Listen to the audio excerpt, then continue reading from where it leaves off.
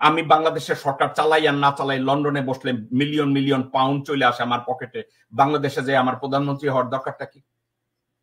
আন্দালিব রহমান পার্থ টাকা দেওয়া ছাড়া তারেক রহমানের দেখা পাইছে?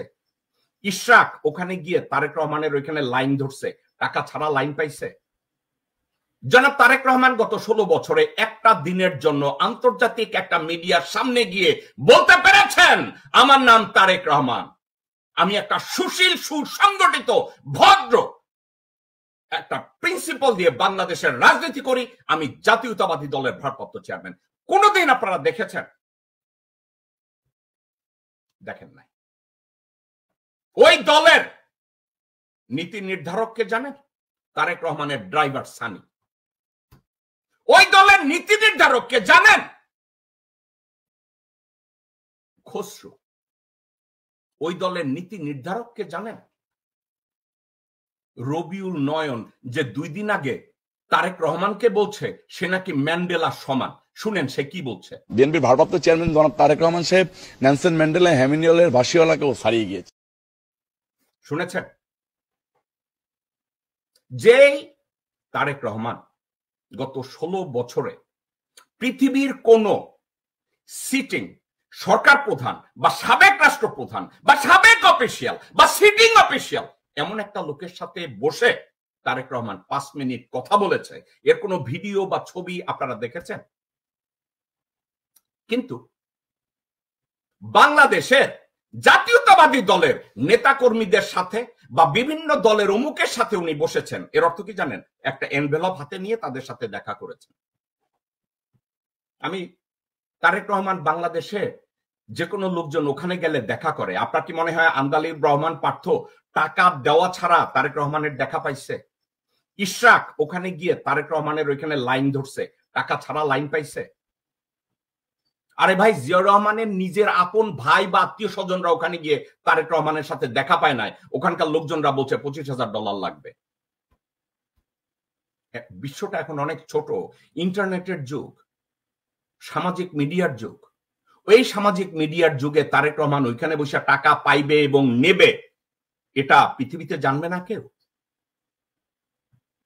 সবাই জেনে যাবে, আমি জানবো, আপনি জানবেন, ফেসবুক যারা অ্যাক্টিভ তারা জানবে, ইউটিউবে যারা অ্যাক্টিভ তারা জানবে, সবাই জানবে।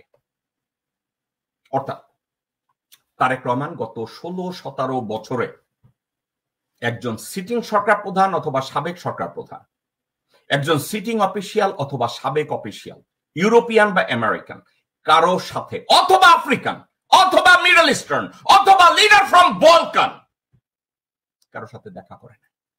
তার স্পেশাল এনভয় করেছে একটা লোককে, জাহিদ এফ সর্দার সাদিক, যেই লোক 6 জন কংগ্রেসম্যানের স্বাক্ষর জাল কইরা বিএনপিকে হাসিনা আমলে কম্বলের নিচে ঢুকাইছে, গুয়ের মধ্যে ঢুকাইছে। সে হয়েছে তাদের বৈদেশিক উপদেষ্টা, তারেক রহমানের খুব ঘনিষ্ঠ জন, ব্যারিস্টার সায়েমের বেড পার্টনার। কোন দিকে যাবেন? কোথায় যাবেন? এখন এটা কি খালি আমি দেখি না আপনারাও দেখেন?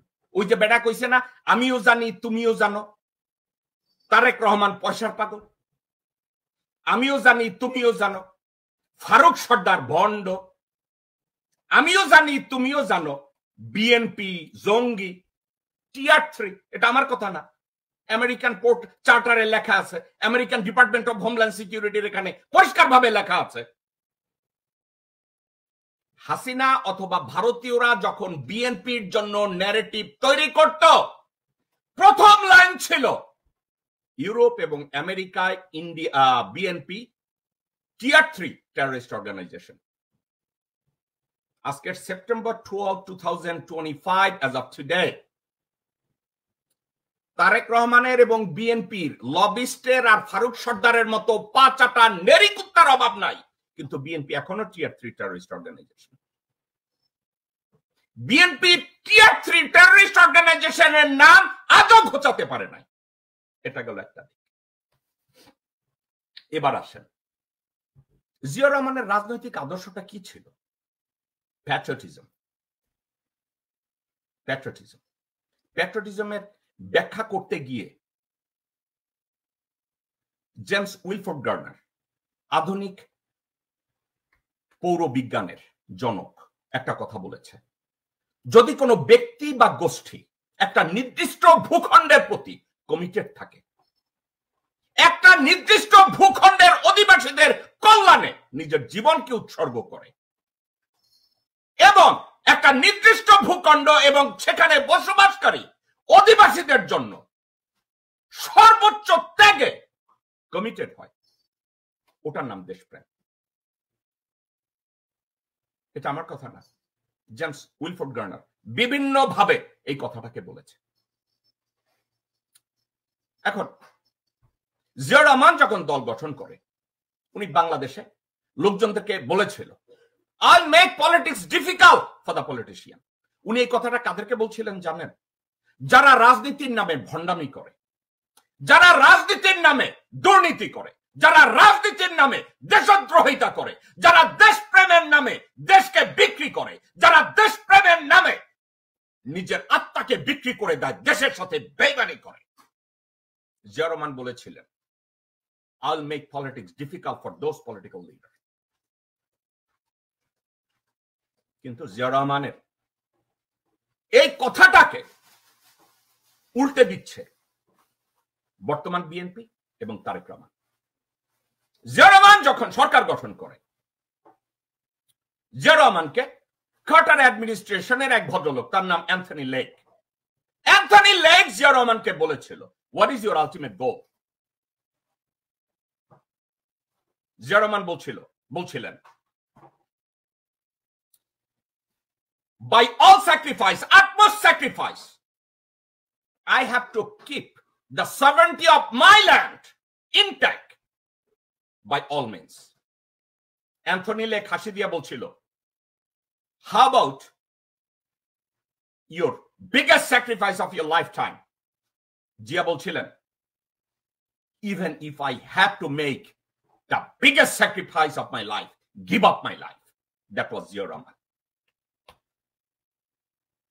জিয়া রহমান সাহেবকে প্রতি রাতে 5 বার 7 বার ঘুম ভাঙানো হতো এটা বলার জন্য, স্যার রয়সে আমনেরে মারতে। বেচারা ঘুমাতেও পারে না। সেই জিয়া পরিবার বাংলাদেশে 2004-5 সালে ভারতের সাথে করিডোর ডিসকাশন করে এবং এই করিডোর দিছে প্রথমে। কেন জানেন? বরকতুল্লাহ ভুলুর মতো লোক, সায়েদ ইস্কান্দারের মতো লোক বলছে, পলিটিক্যাল ডাইনেস্টি তৈরি করতে গেলে ভারতের সাথে মিল্লামিশা থাকতে হইব। দেখেন না মুজিব কত জনপ্রিয়? তাইলে কি জিয়া রহমানের হিসাব কিতাব তাইলে তাদের কাছে ভুল ছিল? জিয়া রহমান বলছিল, I am willing to make ultimate sacrifice. তারা বলছে, না আমি স্যাক্রিফাইস করব না, আমি বাংলাদেশের সরকার চালাই আর না চালাই, লন্ডনে বসলে মিলিয়ন মিলিয়ন পাউন্ড চলে আসে আমার পকেটে, বাংলাদেশে যে আমার প্রধানমন্ত্রী হওয়ার দরকারটা কি?